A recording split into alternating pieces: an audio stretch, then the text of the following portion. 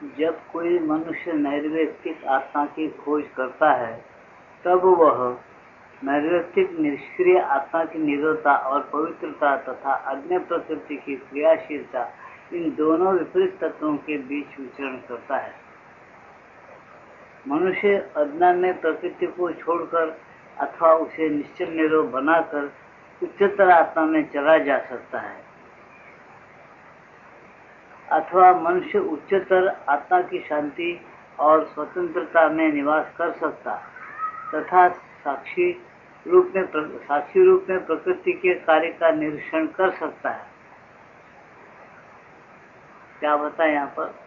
मनुष्य के अंदर एक निर्वैयक्तिक आत्मा है, यानी जिस आत्मा को तुम्हारे मन प्राण शरीर से संबंध रहते हुए भी नहीं है। तुम्हारे एक जो आत्मा है, जिस नैर्व्यक्तिक आत्मा, जिसको तुम्हारे शरीर प्राण मन से संबंध रहते भी नहीं है।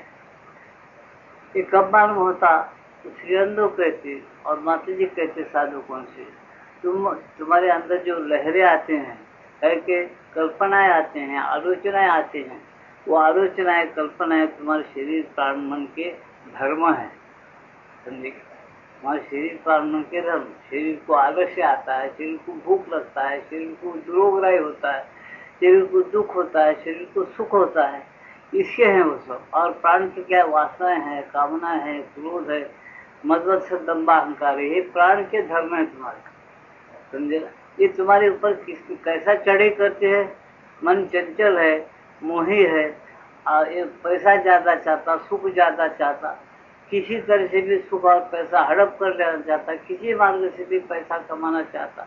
ये सब बुद्धि और मन के खेल है तुम्हारे। बुद्धि कहते रहता थोड़ा बहुत, ये उसूल बराबर नहीं, ये तरीका बराबर नहीं, फिर भी अन्याय से भी पैसा मनुष्य कमाता है। ये बातें जब तक कि मनुष्य विचार करके अपने आप को देखने की कोशिश नहीं करता, तब तक किसी मनुष्य को भी आज तक उसका ज्ञान हुआ नहीं, आगे होएगा भी नहीं।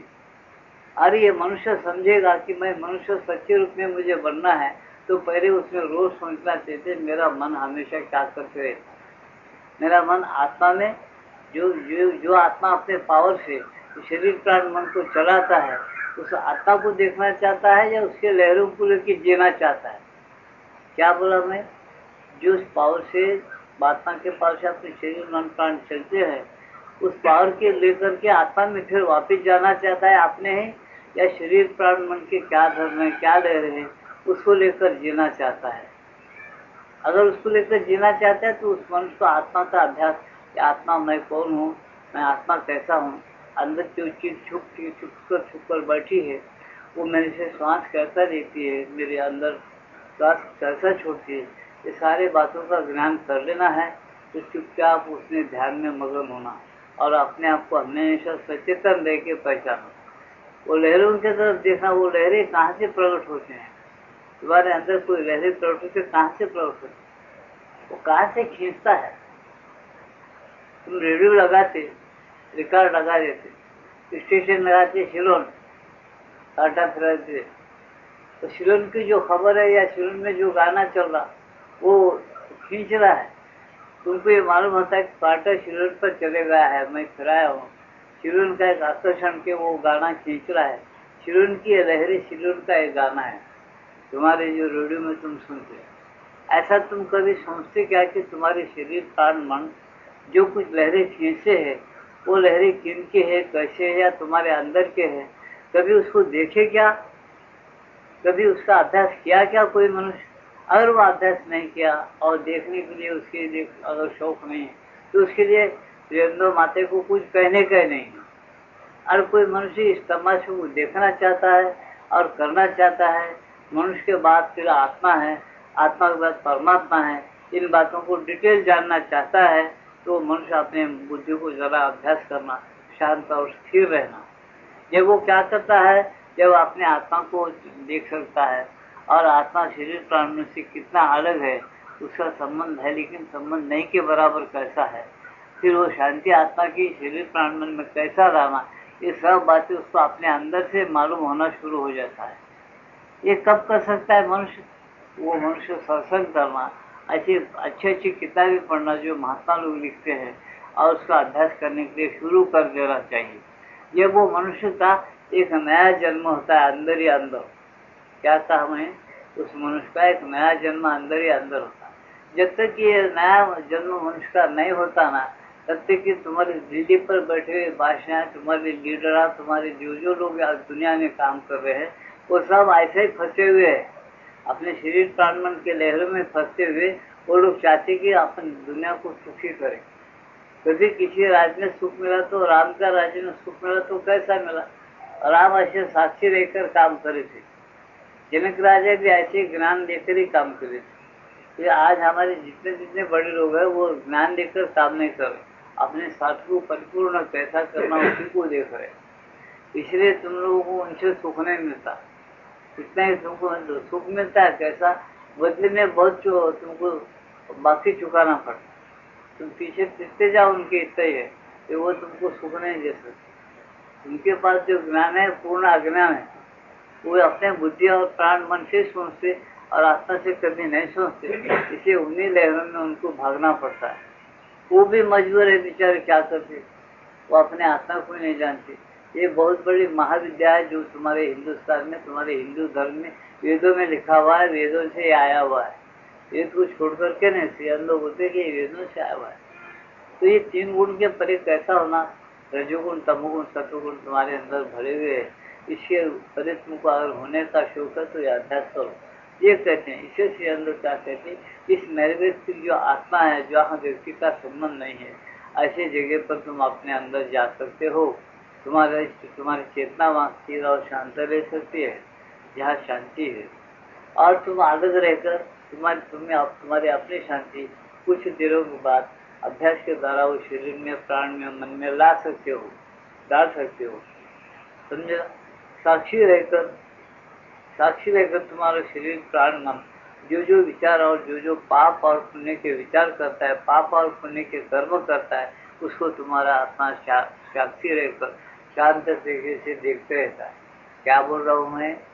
तुम्हारा आत्मा शांति में रहते हुए साक्षी रहकर पाप और पुण्य तुम्हारे शरीर प्राण मन करते हैं, उसको देखते रहता है। उसमें लिप्त नहीं होता, अलग रहता। ये भी उसमें ताकत है। लेकिन इससे तुम्हारा दूसरा जन्म नहीं होता। दूसरा जन्म अगर होना है तो उसे बिल्कुल तुम्हारी आत्मा की शांति और शरीर प्राण में डालना पड़ता है। ये साहस का कार्य है। बड़े बड़े महात्मा लोग इसको कर सकते हैं, जिनको शौक है कि मैं जैसा हूँ, मेरा आत्मा जैसा शांत और स्थिर और जैसा व्यापक है, ऐसा मेरे शरीर के, प्राण के, मन की चेतना को मैं वैसा बना सकूं। ऐसा जिसके अंदर संकल्प है, जिसने अच्छे अच्छे गुरु के चरणों में बैठ के ऐसे अध्ययन किया और जो रोज अभ्यास करता, उसने कुछ जानता है कि ये कैसा करना और कर सकता है। धीरे धीरे उसी रास्ते पर चलता है। उसका काम है कि वो ऐसा बाहर से शांति वगैरह लेना नहीं चाहता। इसका मतलब शांति बाहर से मेरी एयर कंडीशन का उसको कमरा मिले, एयर कंडीशन में मैं का को बैठा हूँ, मेरे अंदर शांति में वो सड़क पे जाके बैठता हूँ, ऐसा हट भी रहता क्या? ऐसा हट भी नहीं रहता। वो शांति के लिए ललचलता भी नहीं। मिला एयर कंडीशन में तो नहीं मिला। ऐसे समझता में रहते वो लोग और बराबर अपना रास्ता काटते रहते। अपनी भगवत्ता और अपनी आत्मवत्ता जो है अपने मन प्राण शरीर में लाकर अपना एक दिव्य जन्म बना लेते हैं। दिव्य जन्म के बाद दिव्यता लाने के बाद फिर उससे आगे चलकर दिव्य कर्म, दिव्य जन्म बनते रहते हैं। गीता में भी भगवान अर्जुन से कहा कि जन्म कर्मे से मैं दिव्य हूँ, मेरी जन्म और कर्म दिव्य है अर्जुन, तेरे नहीं है। ये इशारा उन्होंने दिया है। लेकिन बहुत से लोग अपनी दृष्टि से उस गीता के श्लोक को उजड़ कर देते और उसका अर्थ समझने में होता अंदेशी कर समझने की कोशिश नहीं करते। उनको आता नहीं, ऐसा नहीं आता, लेकिन उस पर गौर नहीं करते, उस पर नजर डाल के एक युवा ऐसा लिखा गया है।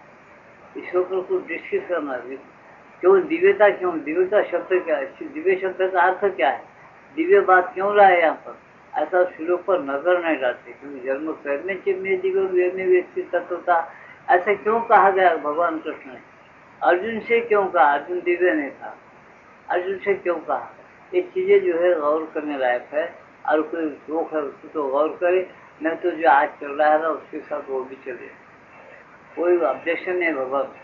भगवान अपना धर्म स्थापना करने के लिए भगवान ये देखे कि लोग यही बोलते कि धर्म की स्थापना करने के लिए भगवान बार बार आते, हाँ आते हैं, लेकिन श्रीअंद और माता जी बोलते वही हम भी बोलते कि भगवान ये धर्म स्थापना करने नहीं आते, कुमटी को कुमटी का धर्म सिखाना, ब्राह्मण को जो जहाँ पर संध्या वंध्या करता खाली ढक्कू से के खाली चूटी शाम देना और गायत्री जप करना, किधर भी मन भटकना, अपने जीवन को सुधारना, ऐसा बनाने के लिए नहीं आते। तुमने उनका जन्म कर्म दिव्य, उनका क्या जन्म और कर्म दिव्य का मतलब, उनका धर्म जन्म कर्म जो देते हैं उन्होंने दिव्य, वो जन्म कर्म दिव्य कैसा तत्वतः जानो, ये नहीं व्यक्ति तत्वतः जन्म कर्मे जी मेरी हो, मेरे जन्म कर्म दिव्य है अर्जुन, मेरे जन्म कर्म तत्वतः जो जानता है वो मुझे प्राप्त होता है, यानी मेरे जैसा बनता है, मेरा धर्म सीख लेता है। मैं वो धर्म सिखाने के लिए बार बार आता हूँ, यही लिंक है वहाँ धर्म स्थापनार्थ है संवाद में, वहाँ ये माने लगाना चाहिए। बजाय उसके हम क्या करते हैं, एक बार धर्म स्थापना ऐसे बहुत से बेवकूफा मेरे को बात करते, मैं गाड़ा के अंदर चिड़ पाया रहा, 70 साल के 60 साल के बुढ़े भी पूछ रहे बेवकूफे जैसे, तुमने क्या पूछे, भगवान ने दो बातें कहा। मैं बोला हाँ 2 बातें क्यों, भगवान की अनंत बातें हैं, तुम 2 बातों को समझते, हमको जरा बुद्धि है भगवान दिया, अनंत बातें 2 बातें करके भगवान की ऐसा जवाब देता हूँ मैं। क्योंकि गीता में 2 बातें बोले, वो तो वेदों में होगा छोड़ तो 2 बातें क्या, बहुत सी बातें बोले, तुम पूछो 2 बातें क्या। आज एक बार बोले कि सर्वधर्म प्रत्यय बोले, और एक बार के सर्वधर्म स्थापना संभाव में, ये क्या बात है, धर्म का त्याग कर तो मेरे को आप बोलते फिर धर्म स्थापना करता हूँ, ये क्या बात है। बोला उसके लिए महात्मा के पास पानी भरना पड़ता, बच्चों का खेलने, ये दोनों का लिंक लगाना, तो कौन सा धर्म था। अभी मैं इसके पहले बोल दिया, ये लोग बात बता दिया, शरीर और प्राण मन के धर्म कैसे, काम क्रोध मोह दंभ अहंकार के धर्म है, वो धर्मों को छोड़कर तो मुझे शरणा, तो मैं तुझे मिलता हूँ। क्या बुरी बात बोले भगवान, शरीर प्राण मन के धर्म हटेरे रहते, तुम अपने आप को मैं ब्राह्मण हूँ बोले, कोई बोलता मैं शेड्यूल कास्ट हूँ, मुझे बड़ा मानना ब्राह्मण से, अरे ये सब ब्राह्मण अपने आप को ब्राह्मण कहकर जब जोर से बोलता है, उसके अंदर अहंकार रहता है, वो ब्राह्मण नहीं होता। शेड्यूल कास्ट भी अगर ये बोलता है कि मैं शेड्यूल कास्ट हूँ, मुझे दूसरा कैसा नहीं बना, वो उसका भी अहंकार है। भगवान यही तो बोले कि तुम्हारे अंदर जो मैपन का शरीर पकड़ के जो अहंकार है, उसी धर्मों को त्यागना है, वो धर्मों को छोड़ के मुझे शरणा बोले।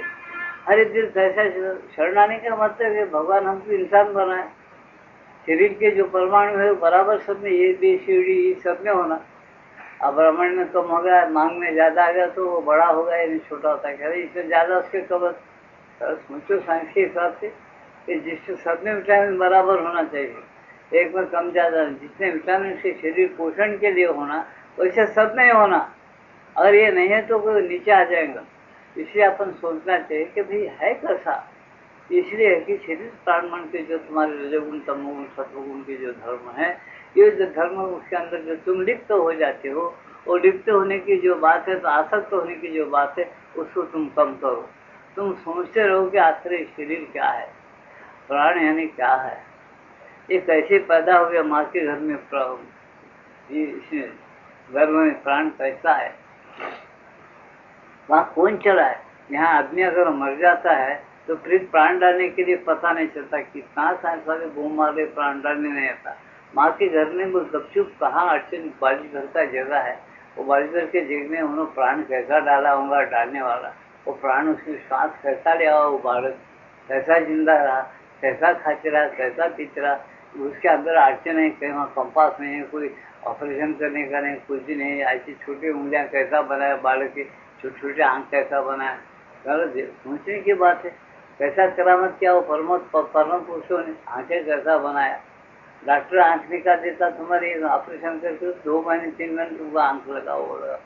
आजकल कुछ भी निकल तो 2 दिन तो तुमको पूछते लगा के बैठा, वहाँ कुछ आंख बनाया, कान बनाया, नाक बनाया, सब बातें ऐसे हल्टू बनाया उन्होंने कि कोई साइंस वाला बना नहीं था। कितने अड़चन में बनाया, कब बनाया, कैसा बनाया, रात दिन उसका काम अंदर चालू है, बराबर बना के छोड़ दिया तुमको। नाक बनाया, कान बनाया, आंख बनाया, दांत बाहर निकलने को आने के लिए गुंजाइश रखा, फिर तुम जीव भी बना, क्या नहीं बनाया।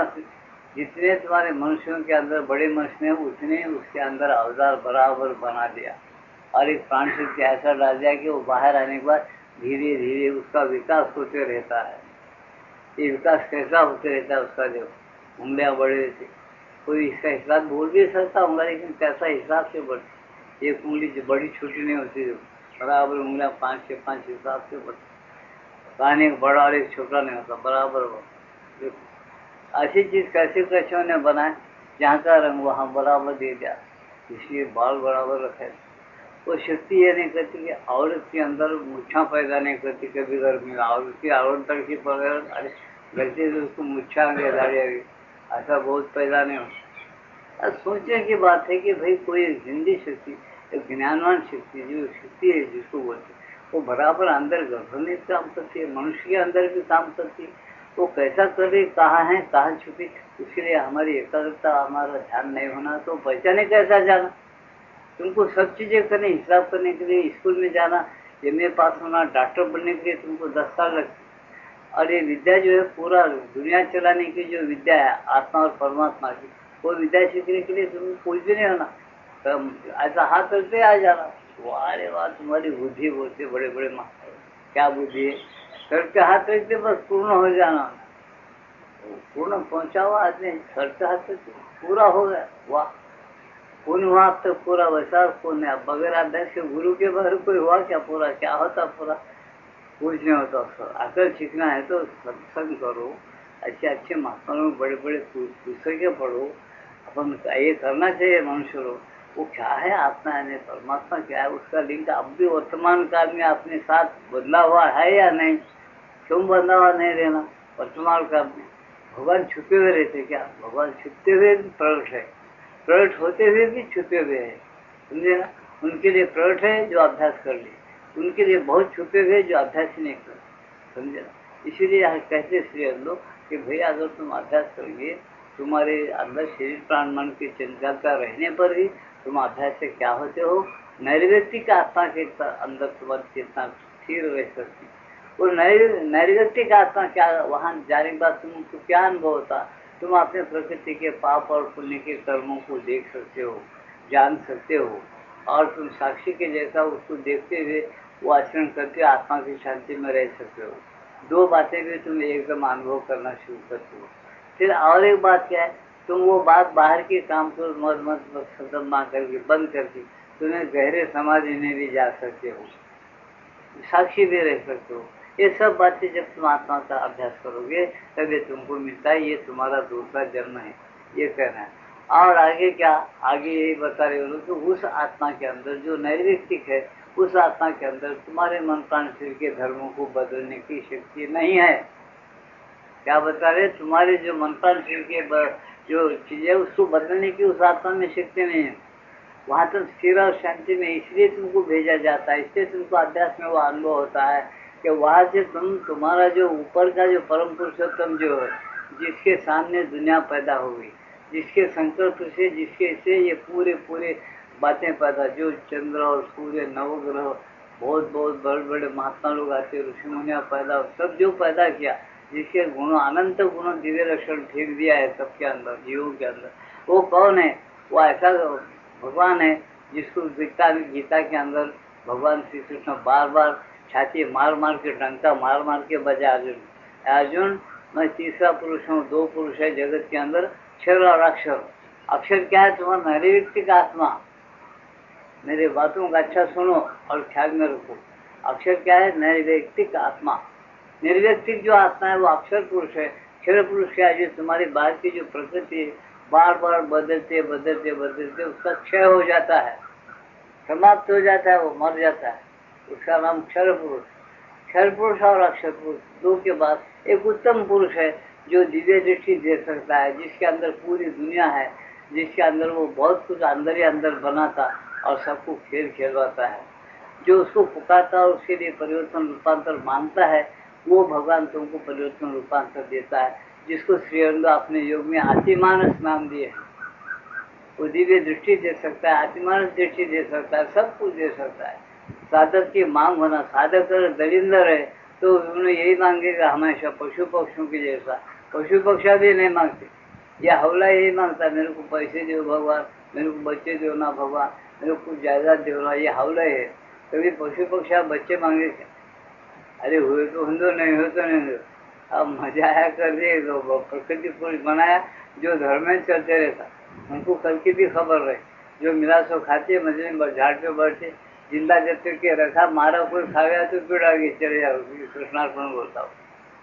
अपने को कितने पंचायत, अपने आपस के झगड़े कितने, नहीं सो भागड़ी एक पेट के लिए उन्होंने कितना रात दिन ऐसा बेवकूफी करता कि हजारों कर्जा करके रखता, नहीं तो लोगों के ये करता। आप इतना क्या, कोई छोटे लोगों की तो बात ही छोटी, बार बार शुरू होता दुखों की बात। बड़े बड़े लोग जो उनके साथ मुंह हो जाते, लाखों रुपये आ जाते, ऐसे लोग अरबों खरबों रुपये दूसरे देशों में बैंकों में भरे हुए, तो बहुत शर्म की बात है। हिंदू जाति पर शर्म की बात है, समझे। ज्ञान सत्यानाश कर दे वेदों, समझे। कभी महात्मा लोग खुश नहीं होते इन बातों को सुन, बोलते कितने पवित्र आज हिंदू जाति, कितना पवित्र तुम्हारा वेद, तुम्हारा शास्त्र, तुम्हारे गुरु, तुम्हारा हिंदुस्तान, कितना कितने बड़े बड़े ऋषि मुनिया हुए, कितने बड़े बड़े हो, उसकी इज्जत बाहर रखे तुम लोग पाप करके कर, छोटे पेट के लिए बारिश करके दुनिया के विश्वासघात तुम पब्लिक का, जिसको अपन अपनी शपथ खा खा के शपथ को डुबा दे ईमानदार, फिर वही देखो, फिर शपथ खा के फिर उसको सिर पे चढ़ा, कितनी मूर्खता है। मूर्खता की हद हो गया, बोलने वाला बेशर्म होना बूंदो इतने, उनको तो शर्म नहीं, करके छोड़ दिया। आप जो अगर उनका नाम लेके पुकारना वही बेशर्म समय, हम बेशर्म नहीं, हम कबूल करते हैं उसका, नहीं पुकारना है शर्म, जो सुन लेता उनका बात लेके चलता, इतनी बेशर्मी की बात है, छोड़ दिया इंसान। ये सोचना चाहिए आदमी कि मनुष्य हूँ मैं, अगर मनुष्य बात क्या बन सकता, नेचर क्या कह रहा है। श्रीअंदो और भगवद गीता कहती है नेचर दो है, एक हायर और लोअर। हमारे भगवान कृष्ण भी बताए कि परा प्रकृति और अपरा प्रकृति दो बताए। इस बात का कभी गीता पढ़ने वाले ख्याल नहीं करते, तो रुझानों के अच्छा समझते नहीं, पढ़ते नहीं, इसे दिमाग में नहीं आता। अरे पेट भरने की किताबें पढ़ने से कुछ नहीं होता, मूर्खता ज्यादा बढ़ जाती। आज का विज्ञान कहाँ तक आया, 1 मिनट के अंदर तुम्हारी दुनिया सफा चढ़ करके अपन भी मर जाता, उन्हें भी नहीं बस, यहाँ तक उनका विज्ञान आ गया, समझे क्या नहीं, कहाँ तक बढ़ गया, खूब बढ़ा दिए, बड़ा थे। आखिरी क्या है, बस एक गोली और डाल दिए, कुछ दबाए बटर, सुनते हमें तो खलास, पूरी दुनिया खत्म, अपन भी खत्म, खलास। बहुत बड़ी तरक्की है क्या, इतनी मूर्खता की बात।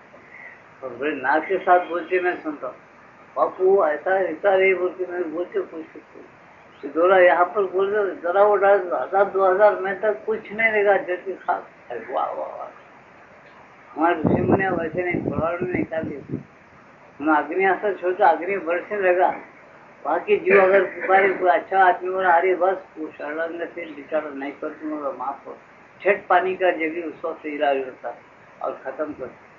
ये बेवकूफ हुआ वो तो नहीं निकाले, एक बार गए इनके हाथ में का चलेगा शुरू, बुझाने नहीं आता, समझे क्या नसी है, समझे। ये बेवकूफ भी है हमारे पास, कैसे शस्त्र और अस्त्र, शस्त्र का मतलब क्या, उपयोग करना, और फिर खींचना नहीं, अस्त्र का मतलब क्या, वो शस्त्र को अस्त्र बनाना, फिर नहीं है ऐसा कर देना, ऐसा उसके माने होते। वो भी बेवकूफों को आता नहीं, उपयोग कर देते, बस खत्म, अब जाओ कर दे होगा खत्म, लाखों लोग खत्म, जान डाले, लाखों हजारों वर्षे तक ठीक पानी नहीं आता। ये कोई तरीके है, ये तरीके नहीं, अपना गर्दन आप काट लेने की विद्या सीखे, इतने तरीके ये है कि प्रेम से एकता लाओ, प्रेम से सच्चाई लाओ, प्रेम से एक को मदद करो, भाई सात्विक बन के भगवान को पहचानो, भगवान की दिव्यता और बड़े बड़े जो चमत्कार है सब तुम्हारे अंदर आ जाए, और दूसरे को कुछ मदद कर सके, और अपन मनुष्य समझकर एक प्रेम के साथ जी सके। ऐसी जब बात अपने अंदर होगी तब तुम सच्चे हिंदू धर्म में आए या मानव धर्म में आए। ऐसा ये हिंदू बनने से हो गए, मानवता हिंदुता एक है। अगर हिंदू ऊपर उठता है तो मानव जाति को ऊपर उठाने के लिए उठता है, अच्छा उनके बयान है। तो कहने का तात्पर्य क्या है मेरा, अगर तुम सही ज्ञान होना है तो पहले मानो क्या है, मानो के मतलब क्या, मानो के तत्व क्या है, तो कौन से तत्व कैसे काम कर रहे उसके अंदर, किस तत्व की बात सुनना और किसके नहीं सुनना, ये पहले अपन सोचना चाहिए। देखो तुम हमेशा सोचो इस बात, थोड़ी छोटी नजर देता मेरे समझ में, तुमका अर्थ तो जहरीला फोड़ा होगा।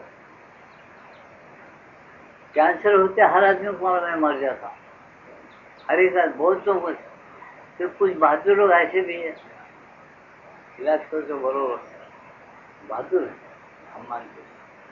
फिर इलाज करता कि नहीं करता, हम करता मालूम सब लोग हो जाए, क्या मर जाए।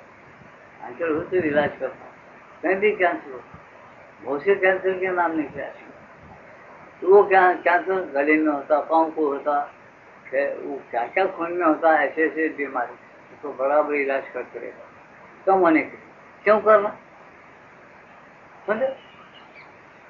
करता आदमी मर जाता। हाँ, इसलिए महात्मा लोग भी बोलते, अरे भाई सच्चाई पर चलो, झूठ बोलना एक प्रकार की बीमारी है, तुम्हारे मन में एक बीमारी है झूठ बोलना, समझे क्या? कुछ भी खाना, कैसा भी खाना, खाने के बाद तुम्हारा दिमाग काम नहीं करना, दिमाग सुंदर हो जाना, तो एक प्रकार की प्राण की बीमारी है। वो प्राणों को क्यों खिला रहे, बस एक ऐसी चीज खिलाओ कि तुम्हारा प्राण मजबूत हो सके, दिमाग तरोताजा रह सके, दिमाग में अकल बढ़े और कुछ तो काम करे, उसका नाम सही खाना खाना है। तुम्हारी बीमारी है, मन हमेशा चंचल लेके बावरान रहा तो मन की बीमारी है। मन को निकाल दो, मन को शांत करो, स्थिर करो। अरे कैसा शांत स्थिर करना है, हमारे वेद बता रहे, तुम्हारे अंदर एक नैर व्यक्ति का आत्मा है, उसको ढूंढो, थोड़ा थोड़ा रोजाना ध्यान करो, तो सोचो कि क्या हूँ मैं, कौन हूँ, क्या है मैं। सुबह से सांस चल रहे हैं, ये कौन चलाता है, सांस कैसा चल रहा है, कैसा अंदर जा रहा है, कैसा बाहर आ रहा है, ये चलाने वाला कोई है क्या, उधर ही ध्यान दो। फिर तुम नए व्यक्ति का आत्मा जब ऐसा ध्यान देते थे बन जाएंगे, तब तुमको मालूम तो कुछ और है। ये तत्वों को जानने का तरीका है, सहज भाव, ये बीमारी दूर करने का तरीका है। डॉक्टर जैसा, तुम लोग जैसा अपने फोड़ा हुआ, कुछ भी हुआ, पेट दर्द हुआ, सर में दर्द हुआ, तुम उसको रहने देते क्या? मानो है जी बीमारी आता है, रहने दो ना। हाँ, नहीं रहने देते। आप बुढ़ गए, अस्वाभाविक है, स्वाभाविक वो नहीं होता। तो सर में दर्द देना अस्वाभाविक है, तुम दर्द देना नहीं देना, ये जैसा तुम लोग मालूम होता। ऐसे महात्मा लोगों के मालूम होता कि भाई अशांति क्यों रहना मन में और प्राणों में, शांत और स्थिर अच्छा मगन रहना। कुछ कमी क्यों मालूम, समय कुछ कम है, मैं सब कुछ मेरे अंदर भरा हुआ है, ये मालूम होने के लिए उन्होंने अपने निर्व्यक्ति की आत्मा को ढूंढता है, जो दुनिया के साथ, अपने प्रकृति के साथ संबंध रखता भी और रख के नहीं रखता है।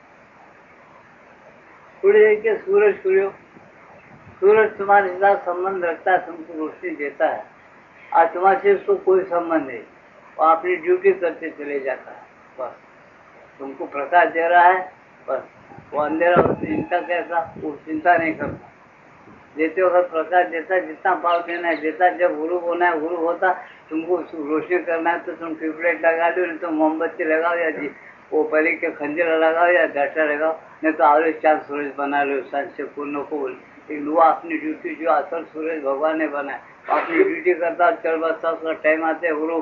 समझे, ये बात को सोचो, ये जैसा स्वाभाविक है वैसा तुम्हारे अंदर एक नैर्व्यक्ति का आत्मा है, बहुत शांत और स्थिर, हमेशा वो शांत और स्थिर है। वैसी एक जगह है तुम्हारे अंदर जिसको भगवान बताते, अरे ईश्वर सर्वभूतेषु हृदयेश अर्जुन तिष्ठति भ्रामयन् सर्वभूतानि यंत्रारूढ़ानि माया। माया के चक्कर में ये मन प्राण शरीर यंत्र पर कैसा एक आदमी घूमता है, वैसा वो घूम रहा है। तो तुम्हारा फिर तुम क्या करो, तुम्हारे अंदर जो ईश्वर बैठा हुआ है, सब प्रकार के ऐश्वर्य और सब प्रकार के सुख उसके अंदर मौजूद है, उसको तुम समय हो शरणम गच्छे, क्या बचाओ, सर्व भावे न भारत, उसको सब भावना से शरण जाओ। तो क्या होता है, तत्प्रसादात परम शांति स्थानम प्राप्त से शाश्वतम।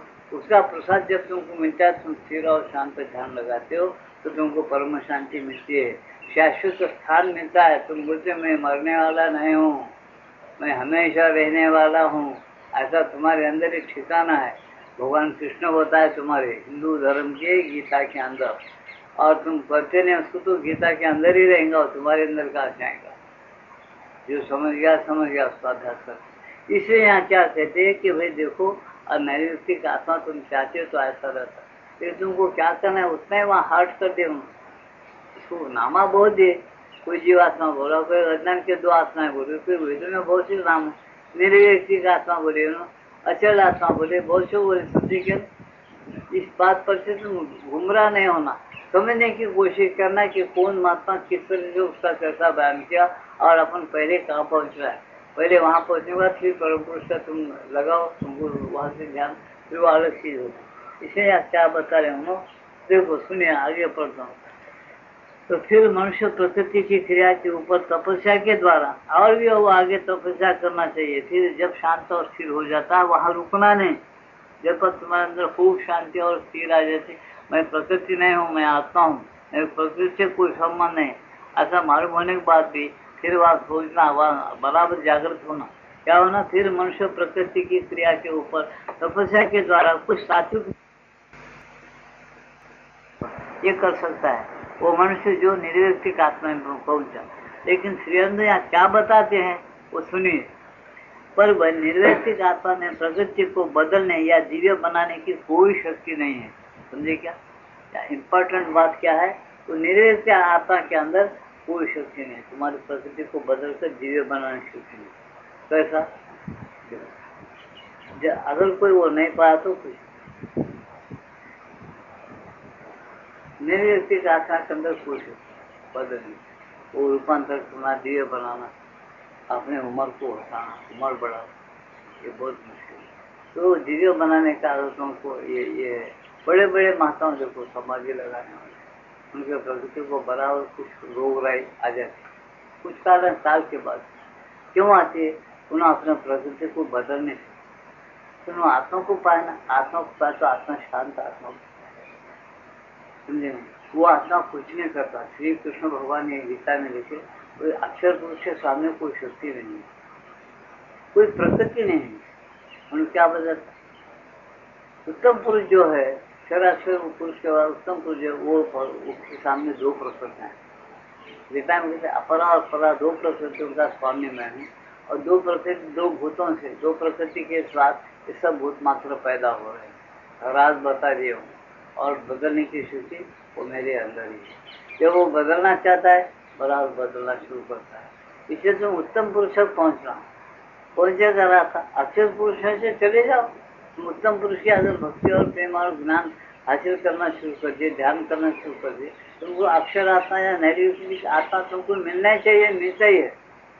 और कोई कमजोर आदमी है और उसको जल्दी मालूम नहीं होता और मिलता नहीं, तो वो उसके बुद्धि का दोष है, वो ऐसी चीजें पढ़ना और समझना। इसलिए माता जी एक जगह क्या लिखे, अरे भाई तुमको शांति और आनंद, एक प्रकार की विशालता, शांति और निश्चय निर्भरता नहीं मिलती है, तो उसके कई प्रकार के अध्यास है, उस अध्यास से चलो, बता देना विशाल, देखें उस अध्यास से चलो, समझ में आता है। वो अध्यास के द्वारा तुम क्या शांत और स्थिर आत्मा में दाखिल हो जाते तुम्हारे, वहाँ वो अभ्यास किया जाता कैसा, तुमको खाली, अब जिसका नाम मैं तुमको बोलता हूँ, आज मैं पढ़े सो विपश्यना, ये संस्था निकली हैदराबाद में आई और चल रहे हैं, वहाँ जाके बैठो, लेकिन तुम लोग नहीं बैठ सकते। क्यों? हमारे हड्डियां नरम करते वो लोग, तुमको खाने को देंगे, पीने को देंगे, सब करेंगे, उन्होंने बोलते बात बंद करो। हमारे अंदर बात बंद नहीं करने की रह बात करते रहते, हमारे को पहले बीमारी है, बात ज्यादा करो, योगों से साथ में तो ही बात करना, वो बात नहीं करने, बात करके हटो। पहली शर्त है बात नहीं करना। तुम जो जो नियम उसको जाओ, मुँह धो लो, नहा लो, धो लो, सब करो, जो नाश्ता है खा लो, थोड़ा धोने वाले कम खा लो, हमेशा ध्यान करो। क्या ध्यान? भगवान का नाम नहीं, कुछ नहीं, फिर पर तुम इतना ये श्वास तुम्हारा अंदर कैसा जा रहा है, कहाँ तक पहुँच रहा, और वहां से बाहर कहाँ तक आ रहा, उधरे ख्यालों को कुछ नहीं करना है, और बहुत सही हो। क्या कुछ गिरा? शायद अच्छा, तो क्या करना है, कुछ नहीं, शांत रहना। जब तुम शांत रहेंगे और कुछ कल्पना के विचार नहीं, कुछ भगवान का नाम नहीं, कुछ नहीं, क्यों नहीं रहना, तुम्हारे अंदर शांति का अभ्यास करना है ना। तुमको ये देखना है शांत रह के कि क्या घटित हो रहा है, तुमको असल तत्व क्या है, क्या दिखता है तुम्हारे अंदर। प्राण चलने दो, तुम्हारा मन क्या तो इधर उधर भटकना, कुछ सोचना है, घर का सोचना नहीं, पृथ्वी शरीर का नहीं, कुछ सब बोल जाओ। फिर कुछ देखो कि क्या हो रहा है, तब तुम ऐसे ठिकाने पहुंच जाती हो, क्योंकि तुम जहाँ से वहां बराबर पहुंच जाते। और पहुंच जाने के बाद जब तुमको समझ आता है कि निर्वैयक्तिक आत्मा का आनंद और शांति कितना शुद्ध है, कितना शांत, ये समझता है। वहां से अगर तुमको किसी योग में जाना है, बात की बात है, यहाँ तक तो पहले जाओ। अब कुछ लोग वहां तक नहीं जाते, कुछ अभ्यास करते हैं ना, उनके अंदर ये शांति नहीं रहती। भले ही माता जी श्रीअंग में बहुत कुछ निश्चित निवृत्ता हो आती है, शांति है, सब आती, तुम्हारे टिकेंगे नहीं। क्यों नहीं टिकते? तुम एक जगह कब टिके बोल के? तुम कभी अपना आसन लगा के कभी 10 घंटे बैठे क्या? वो शांति भी यही बोलते, तुम जितना कहे ये था माम प्रबुद्ध ताम सत्य भजन। भगवान पहले बोले, अरे बेटा मेरी शांति लेने के लिए तू 2 मिनट बैठा, 2 मिनट में शांति आए और तुम उठ रहे हो, शांति भी चलेगी। तू कभी वो मेरे को होने होना, वही मैं हूँ, वो मैं कैसा हूँ, है क्या, असल तत्व क्या, ऐसा तुम बिल्कुल अपने अंदर से खोज करके अगर बढ़ते, वो तुम्हारी चीज हो जाती है और तुम वही है, ये तुमको ज्ञान होता। तुम बढ़ते नहीं तो तुमको ज्ञान का चोट। तुम भरे नाम कोई तो भी कुछ बोला बोल के बढ़ते, आंख पूछ के ध्यान बोल, किसको अगर मैं पूछूं ध्यान बोल तो क्या है, ध्यान बोल के आंख पूछ के बैठना, फिर बोलते अरे ऐसा कैसा, फिर तुम सब लोग आंख पूछ के बैठते, मैं भी बैठ रहा हूँ बोलते, हमारे पास हर मंगल को ध्यान होता। 40 साल में मेरे कोई एक भी अनुभव नहीं हो रहा, हम ध्यान करके आए, 15-20 मिनट बैठा है, हम इतना जप करें या इतना ध्यान करें, कोई बोला नहीं आता। ईमान की बात है, बराबर हर मंगल को ध्यान होता मेरे पास, आधा घंटा तो कोई ईमान की बात नहीं बोला, मैं इतना जप किया हूँ, इतना मेरे को ऐसा अनुभव हुआ, कोई नहीं बोला। क्यों? उसको मालूम ही नहीं ध्यान क्या। सुनता है बहुत, अपन मैं प्रवचन ध्यान की बात बोल रहा हूँ, सुनते हैं, लेकिन क्या होता क्या नहीं कुछ, सबसे साथ बढ़े। हम समझते कि उतरे तो भी ज्ञान है, चंद्रदेव चलते चलते चलते के नाम गाड़ी बोले साथ चंद्रदेव के कौन से स्टेशन पे खड़ने तो कौन सा जंगल में क्यों जा चल रहा है ना, चलते चलते चलते कभी तो दुनिया गोल है मालूम मिल जाएंगे, कहाँ जाएंगे, जहाँ से निकलता वहीं आता, वो जो तत्व है वही आ जाएगा, लेकिन बहुत चलना पड़ा, मालूम कर ले कि चलना अलग है, नहीं मालूम कर ले चलना अलग है। ये तरीके जो है चंद्र जो होता है बराबर है। अगर आगे बढ़ना चाहते तो साफ बोलो, उनको ये मिल सकता है, लेकिन उनको आगे बढ़ना है और आगे बता देते। तपस्या के द्वारा कुछ सात्विक नियंत्रण भी लागू कर सकता है, पर नहीं। आप क्यों जी निर्वैयक्तिक आत्मा में पहुंचने के बाद तपस्या क्यों करना पड़ रहा? साधना करना पड़ रहा, वो चीज टिकाने के लिए अभ्यास करना पड़ रहा। एक चीज मिली और नहीं टिका तो चले जाएंगे कि नहीं जाएंगे, हिसाब तो रखना पड़ता है, हिसाब तो न रखे तो कैसा होता। ऐसा तुम खूब पैसे कमाते, तुम हिसाब नहीं रहते, हम कितने को दिए, कितने लोगों को बाकी है, कितने लोगों को देना है, या कितने लोगों के पास से अपने को आने का है, अपना खर्चा क्या, अपन कैसा खर्चा करना, क्या करना, इसका हिसाब अगर तुम्हारे पास नहीं है तुमको कुछ भी ध्यान नहीं रहेगा, तुम बौरान हो जाएंगे। इसके बोलते तपस्या क्या है, हिसाब रखो, बराबर तुम चलो, वो तत्व क्या है समझो, तत्व के पास ठिकाने के पास पहुंचने के बाद तुम वहां से अगर नीचे खींचो तो क्यों खींचो, और ऊपर उठने के बजाय नीचे क्यों खींचो, ये चीजों का तुमको ही अभ्यास करना पड़ता। गुरु कुछ नहीं करता, गुरु इतना ही बोलता,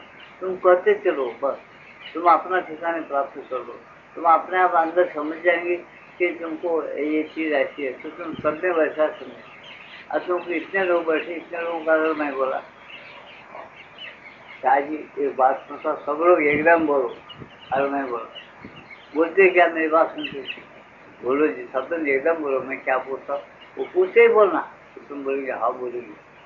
अगर मैं पूछा कि करेला कितना मीठा रह जाती, बहुत मीठा रहता करेला, नहीं क्या बोल, नहीं करेला तो कड़वा रहता, सब बोलेंगे क्यों, सब क्यों बोल रहे एकदम कड़वा रहता, एक ही जबान है, उसमें ऐसी शक्ति है वो तुमको मीठा नहीं करती, कड़वा ही रहता बोले,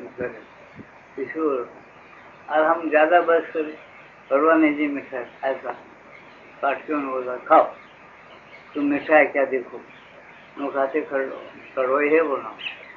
अच्छा शक्कर, शक्कर मीठा रहता बोलेंगे सब लोग, क्यों? एक तत्व तुम्हारे पास समझने वाला जीव जिम्मा है, जिम्मा पर रखे मीठा और कड़वा आपको बताता है। तुम ये सब यही तत्व दूसरे में है, तुम समझ जाते। ऐसा तुमको अकल आ जाती कि अपने अंदर आत्मा में बहुत शांति है, बहुत आनंद है। ऐसा कि बस लापरवाह दुनिया एक कर तो मैं एक कर, ऐसा सब में है बोल के जब तुमको खुद ही ज्ञान होता। जैसा सब कुछ शक्कर मीठा रहता है, ये तुम खाने के बाद जैसा तुमको अकल आई, ज्ञान आई, अनुभव हुआ, ऐसा तुम जब वो निर्व्यक्तिक आत्मा में जाते हो, एक हो जाते हो, जब तुम बराबर ही कबूल करते कि सब में ऐसे आनंद और शांति है। लेकिन ये लोग पाते नहीं, ये लोग बराबर उधर ध्यान नहीं देते, इसलिए दरिंदर है, इनको नहीं मिल रहा, वो दुख भोग रहे हैं। ऐसा आपको स्पष्ट बोलेंगे आप। जैसा कि मैं बोला कि शक्कर कड़वा रहता, शुगर है क्या रहेगा, किसर जीवाना है, मीठा शक्कर रहता, कड़वा बोल रहा है आदमी, मेरे को गाली बोल देंगे, तुम सबके सब में। एक भी आदमी को हाल बोले, अब दुनिया पूरी एक हो गया, अगर एक आदमी को बोले शक्कर कड़वा है, तो आदमी शक्कर, एक बच्चे को अरे शक्कर, जिसको थोड़ा ज्ञान है 9-10 बच्चे, मीठा है, जब कड़वा है बोल रहा ना, मीठा है बोलेंगे, क्यों? अपने अनुभव को मान। अच्छा जब तुम अनुभव लेंगे ना अपने आत्मा का, तब तुम मानेंगे कि आत्मा में कितनी शांति और कितना नीरवता है। अरे कोई फिक्र ही नहीं, बेफिक्री, वहां कोई सुख दुख के लहरे ही नहीं है, तो तुमको फिक्र और इसका यही क्या। यहाँ तक हम एक प्रकार का शांति भी बोलना गलत है। वो ऐसा मजा है कि जो लिया उसको समझ में आता, बोल नहीं सकता, उसके पास शब्द नहीं रहेंगे क्या ऐसा है। तुमको समझाने के लिए कुछ तो ही बोलेगा, लेकिन जब तुम उसमें घुसेंगे ना, जब समझ आते फिर वही बोलने नहीं आता। इसलिए तो बोलते उसके परे एक परम पुरुष है, जिसकी दुनिया बनाने की कला, दुनिया में परिवर्तन रूपांतर लाने की कला मालूम है, और उसके साथ अपना अगर लिंक जुड़ गया तो तुम अपने जन्म को जन्म हर एक जन्म बना सकते। ये लीला में बार बार जितने द्वार चाहो आओ, तुम्हारे को कोई विचार और आचार बंधन नहीं कर सकते, तुम स्वतंत्र बन जाते। एक छोटे पैमाने में तुम्हें छोटे से भगवान ही बन जाए, तुम अपने संसार के भगवान ही रहे। ऐसा बोले तो क्या ज्यादा बोले, जैसा क्या होने वाला, इसलिए ऐसा बताते कि लेकिन अनुभव होना, बिना अनुभव बिना अभ्यास के तुम्हारे पल्ले कुछ नहीं पड़ता। इधर से आया और उधर चले गया, तो क्या पल्ले पड़ने वाला है? तुम जरा ठहरा लो, जरा हिसाब के साथ रहो तो पल्ले पड़ता, उससे तो उसकी समझ आती है। तो तुम्हारा कोई चीज टिकने वाली नहीं है, तुम टिका लो उसको, टिका तो टिकती है, नहीं तो नहीं। इसलिए यहाँ कहते कि तुमको आगे तपस्या करो, उसके लिए एक नियंत्रण, सात्विक नियंत्रण प्रकृति पर भी पा सकते हो। इन प्रकृति को छोड़े हुए नहीं, इतनी ही बात विशेष है इनके योग में। ये प्रकृति का परिवर्तन रूपांतर करना चाहते, और निर्व्यक्तिक मार्ग की क्या बोलते, जो होना है हो जाता, उसका फिक्र क्यों। आदिगुरु शंकराचार्य भी ये बोले, उसका फिक्र क्यों, जो होना है हो जाता, बस उसका जो अपने आत्मा बनो, आत्मा में स्थिर रहते में चेतना, तो बस है। फिर बात के आगे की बात आ गई, उसका चीज उसको छोड़ो मत।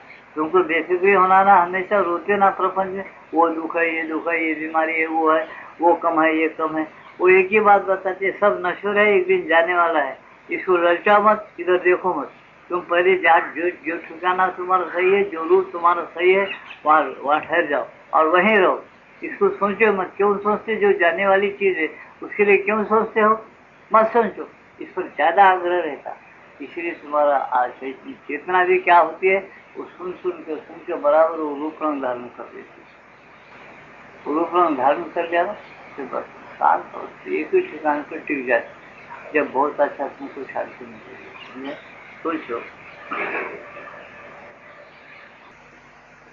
आत्मा के परे जाना पड़ता है, वैसा करने के लिए मनुष्य को नैर्व्यक्तिक आत्मा के परे जाना पड़ता है। और कैसा करने के लिए, दिव्य चेतना, दिव्य रूपांतर करने के लिए उनको नैर्व्यक्तिक जो आत्मा है उस निर्गुण आत्मा के परे जाना पड़ता है। नहीं तो क्या होता है, इतना भी बड़ा आदमी समाधि लगाने वाला रहेंगे, उसके भी फिर बाल सफेद होना शुरू होती है, उसको भी फिर बीमारी बराबर शरीर को आना शुरू हो जाती है, उसको भी तकलीफ होना शुरू हो जाती है, सब बातें हो जाएंगी। जितना साधारण आदमी को बीमारी, इतना ही के साधारण आदमी बोमाता रोता, वो आदमी के पास युक्ति क्या रहती है, एकदम अपने शांति में निमग्न हो जाता है। अपने समाधि में उसकी चेतना निमग्न होने से वो इस बात को जरा दूर हट करके फिनिश कर सकता है, उसको रोक सकता है, इतना ही है। लेकिन उसको भोग का तो चस्का मिलता, जो बीमारी का जो दुख का चस्का है उसको भोगना पड़ता है, थोड़ा चस्का लेना पड़ता है। और उनकी फिलॉसफी ये बोलती है ये भोग कभी किसी का नहीं चुका, सबको भोगना ही पड़ता, सब भोगते हैं, किसका नहीं चुकता, ये भोग होकर ही खत्म करना पड़ता। वो वैसी फिलॉसफी, वैसा उसको मानना पड़ता, वैसे मार्ग है, वैसा चल रहा भी है, समझे कि नहीं। इसी से हम बोलते कि मेरा मार्ग अलग है, मेरा मार्ग कोई मनुष्य को पटेगा नहीं, कोई देवता भी इसको हो बराबर होगा बोल के बोलेगा नहीं, कोई बड़े बड़े आचार्य भी इसको इनकार करेंगे, लेकिन फिर भी यही मैं करने आया, यही करूंगा, और बार बार लाख जन्म लिया और लाख लेऊंगा। समझ रहे मेरी बात को, सुनो, ये मेरा साहस योग है बोलते। जब एक यहाँ पर तुमके 10,000 5,000 मानव रूपांतर परिवर्तन हो गए तो दिखेंगे ना, तब तुम समझ लो अनुभव लेने वाले या साधारण बुद्धि वाले समझेंगे ये परिवर्तन रूपांतर का युग आज कामयाब हुआ, समझेगी। फिर अंदर बोलती आत्मा के हिसाब में कोई टाइम नहीं है, आत्मा हमारे उसके काल उसका गुलाम है, इसलिए वो कभी भी हो सकता है, कभी भी होगा जब परम पुरुष की मर्जी होगी। लेकिन होने वाली बात है मुझे मालूम है, मैं उस जगत को देखा हूँ, उस जगत में रहा हूँ, क्या क्या होता है मुझे मालूम है। ये बात का डंका बजाय कि वो बात आप तक नहीं आई, वो बात नहीं आई, कोई दिव्य नहीं हो आप तक, ये भी सही है। लेकिन अब फिर अपन क्या करना चाहता है, अपन यही करना कि बहुत बड़ी बात आगे की बताए, पहले की बात क्या है वो तो पहले हासिल कर लो, जिसको कुछ भी समझने उसके लिए बता रहे कि पहले आत्मा निर्वैष्टिक क्या है, आत्मा क्या है, प्रकृति क्या है, नश्वर क्या है, बदलने वाला क्या, नहीं बदलने वाला, नहीं बदलने वाला अक्षर पुरुष को तो पहले पालो, बाद में बात करो। ऐसी चीजें हम बता रहे, और उसके आगे का भी बता रहे, उसको समझो कि क्या बताए। क्या सुनिए, निराकार दोनों क्या बताने को, ऐसा करने के लिए मनुष्य को नैर्वैष्टिक आत्मा के परे जाना पड़ता है और भगवान की खोज करनी पड़ती है, जो साकार और निराकार दोनों है तथा इन दोनों के रूपों से परे है। फिर भी तुम यदि नैर्वैष्टिक आत्मा में निवास करने का अभ्यास करो और एक प्रकार की आध्यात्मिक नैर्वैष्टिकता प्राप्त कर सको तो समता, शुद्धि, शांति, अनासक्ति आदि गुण तुम्हें में बढ़ जाते हैं। क्या बताया उन्होंने, और तुम आध्यात्मिकता का अभ्यास करो, आत्मा में रहने का अगर अभ्यास करो तो क्या होता, तुम्हारे अंदर एक नैर्वैष्टिकता प्राप्त तो हो ही जाती, तुम्हारी चेतना को, तुम्हारे अंदर एक समता आएगी, शुद्धि आएगी, शांति आएगी, अनासक्ति और आदि गुण तुमने बढ़ जाते हो। मैं बोला ना, उसको भी कैंसर होता, हार्ट अटैक होता, बड़े बड़े महायोगियों सब होता, समझे क्या। लेकिन वो समता में रहता, समता उसके अंदर आती है आत्मा के अभ्यास से, तपस्या है उसकी, वो शांत रहता, इसके जैसा उतना गड़बड़ नहीं करता, उसको भोगते हुए भी अपने कामों को चलाते रहता है। ये उसके आत्मा की एक प्रकार की शक्ति है, स्वाभाविक शांति का एक चमत्कार है उसके पास, वो लेकर चलता है वो, समझे ना। नैर्वैष्टिक आत्मा के अंदर निवास करने का अभ्यास करो और एक प्रकार की आध्यात्मिक नैर्वैष्टिकता प्राप्त कर सको तो समता, शुद्धि, शांति, अनासक्ति आदि गुण तुममें बढ़ जाते हैं। तुम एक प्रकार की आंतरिक मुक्ति की अवस्था में वास करने की शक्ति प्राप्त कर लेते हो। क्या बताए, तुम्हारे अंदर से एक मुक्ति प्राप्त हो जाती है तुमको, आंतरिक मुक्ति। बाहर शरीर मुक्त नहीं होता, शरीर को बराबर रोग आएंगे, बीमारी आएंगे, लोग बराबर सताएंगे, लोग शहाना बोलेंगे, बेवकूफ भी बोलेंगे, सब बातें। बाहर में तुम भगवान नहीं रहते, अंदर तुम आत्मा में रहते, तुम्हारे अंदर बराबर एक प्रकार की मुक्ति, तुम छाती ठोक के बोलेंगे मैं तमाम लहरों से दुख के इससे भी मैं मुक्त हूँ, मैं अमर हूँ, मैं शरीर प्राण में मरने वाला मैं नहीं हूँ, तुम साफ साफ इनकार कर सकते। लेकिन ये रहने पर भी तुमको दुख भोगना पड़ता है, ये पक्का याद रखो।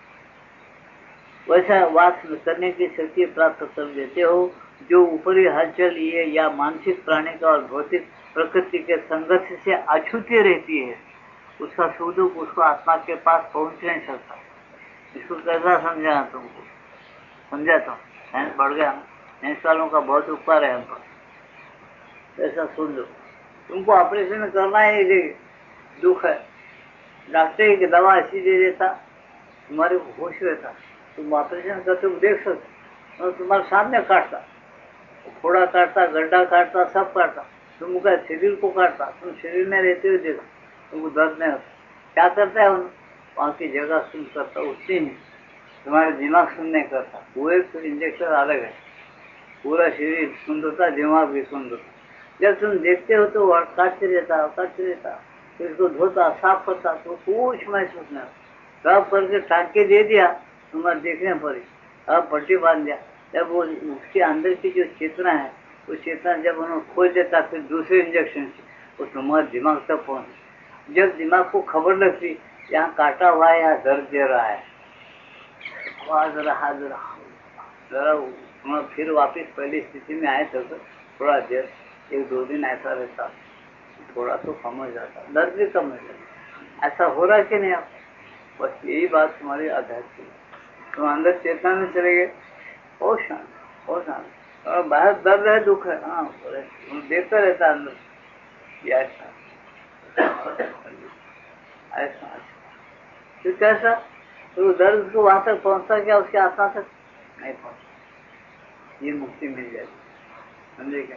ये तुमको बगैर अभ्यास करे कैसा मालूम होता? ये नजदीक दिए तो मालूम होगा।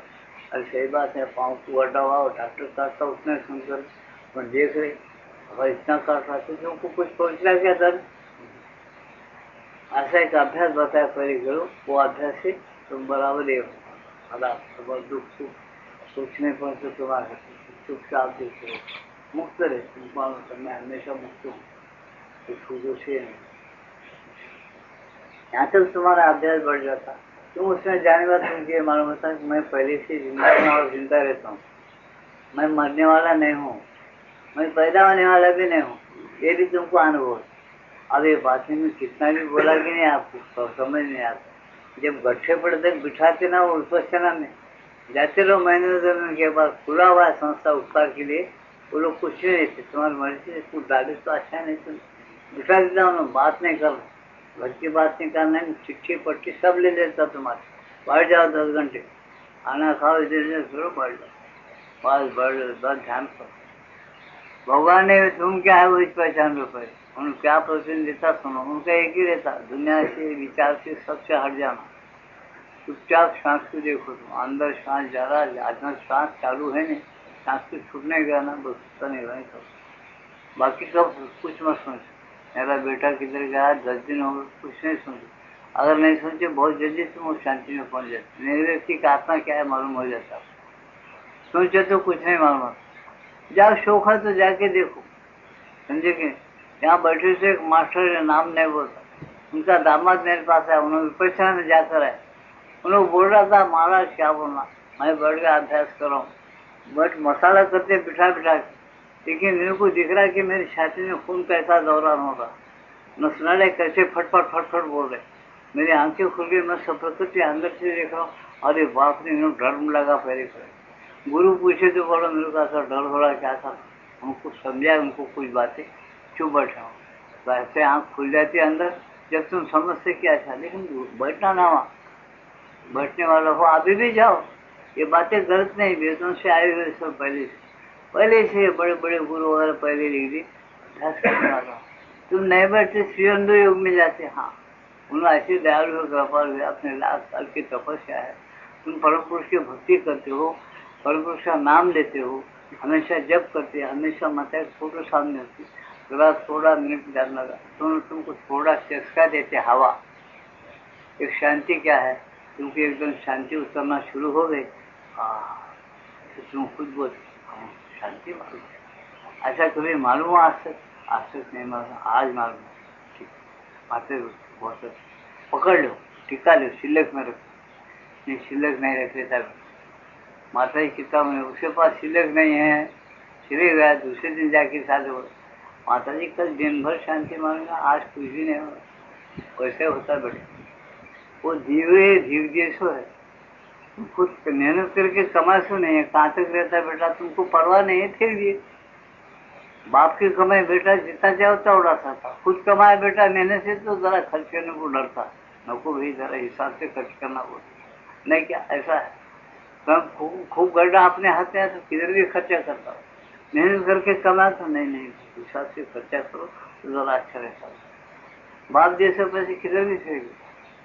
इस तरह के आज्ञा के कारण हम लोग माता जी को नाम देते हैं, लेकिन माता जी बहुत कुछ करे, अपन पकड़ लेना, अपन बढ़ना, अपन नहीं बैठते, 10 मिनट नहीं बैठते एक साथ। 10 मिनट में 50 लहर आते, वो लहरों में भाग जाते, उसका मालूम ही नहीं होता कि नैरुक्ति का आत्मा। इसी से अनुभव होते कि आत्मा के परे हमारे योग में जाने का है। अब हम बोलते आत्मा है, उसको ज्ञान नहीं रहता, परे अनुभव बराबर नहीं होता, होते उन्होंने परे कहाँ जाता, इधर ही नीचे आता, उसको लहर एक आ गई, क्योंकि उनका बहुत डेंजर है उपदेश, बहुत बड़ा दिमाग है।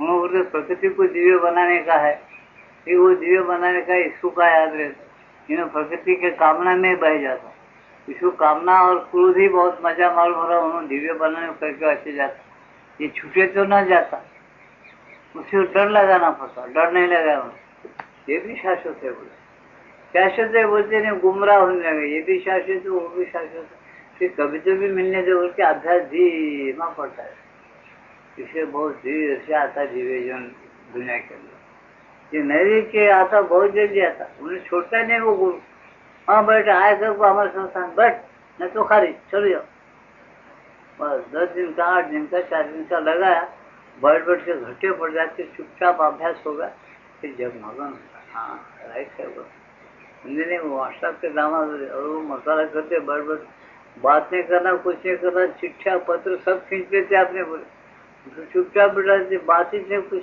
क्या हो रहा देखो बोलते, खाली सांस ले रहे छोड़ रहे, कि सांस बंद होके मर जाते, तुम क्या होता क्या देखो हो जाते, नहीं मरते बाबा, लेकिन होता क्या है, तुम चुप बैठ, किस तक है, तुम चुप बैठ के तुम नींद भी नहीं जाना, ये समझे क्या हो रहा है वो नैतिक का आपका घटा सोचिए, शांति आई, उसका बहुत मजा है उसका।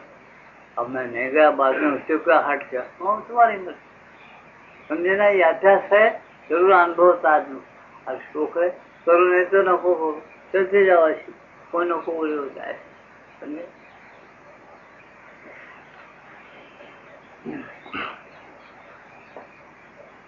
इसलिए तुम्हारे अंदर ये नैतिकता के बाद एक प्रकार तुम्हारे अंदर एक प्रकार की आध्यात्मिकता नैतिकता प्राप्त कर सको, तो समता शुद्धि शांति अनासक्ति आदि गुण तुम्हें बढ़ जाते हैं, तुम एक प्रकार की आंतरिक मुक्ति की अवस्था में वास करने की शक्ति प्राप्त कर लेते हो। जो ऊपरी हलचल, जो ऊपर जो हलचल है, मानसिक प्राणिक और भौतिक प्रकृति के संघर्ष से अछूती रहती है। ये ऊपर का जो संघर्ष है, मन की फिक्र, प्राणों की वासनाएं, शरीर के रोग रहे, इससे इस संघर्ष से तुम्हारा आत्मा, तुम्हारी चेतना अछूती रहती है, उससे दूर रहते हो तुम। और जब तुम्हें निर्व्यक्ति के परे जाना होता है, तब विक्षुब्ध प्रकृति को भी किसी दिव्य सत्ता में परिवर्तित करना होता है, तब इस अवस्था से तुम्हें बहुत बड़ी सहायता मिलती है। जब तुमको दिव्य प्रकृति तुमको बना लेना है, इस विक्षुब्ध अवस्था क्या, ये विक्षुब्ध प्रकृति जो अपरा प्रकृति जो है, जड़ प्रकृति, उसकी विक्षुब्ध अवस्था को तुमको कम करना है, तो ये नैतिक आत्मा, निर्गुण आत्मा की जो सहायता तुमको मिलती है, तुम ले सकते, ऐसा नहीं पता है। इसलिए चाहे तो ये अभ्यास करो, खुला है विपස්සना, कोई जाना है तो जाओ, सब क्या हो देखो क्या मजा है, लेकिन नहीं वहाँ ठहर नहीं सकता। आज का सत्संग समाप्त है, भजन सुने, ध्यान करो, और प्रसाद वितरण करने के बाद अपने घरों को जा सकते।